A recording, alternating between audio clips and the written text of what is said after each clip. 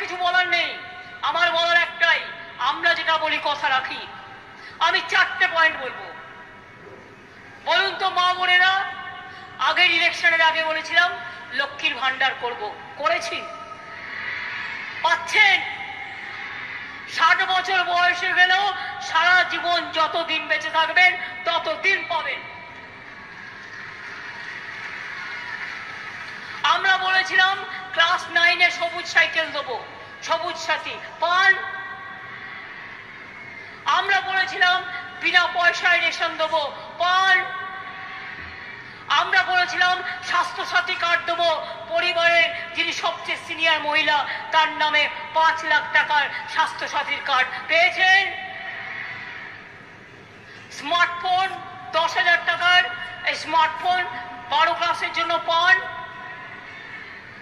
কন্যাশ্রী পায় আপনাদের মেয়ে, স্কলারশিপ পায়, ছোট ক্লাসে জুতো পায়, কাপড় জামা পায়, সম্মানের সাথে বেঁচে থাকে। কৃষকরা 10,000 টাকা ভাতা পান বছরে।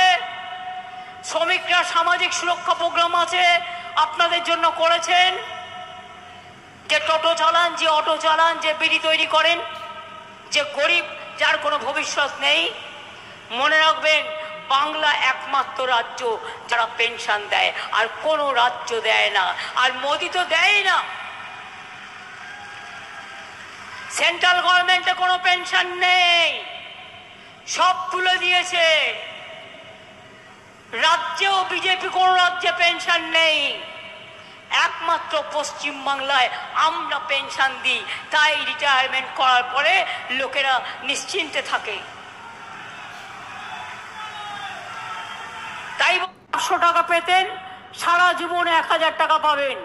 আর যারা তপশিলি আদিবাসী আছেন, যারা 1000 টাকা পেতেন, তারা 1200 টাকা করে পাবেন।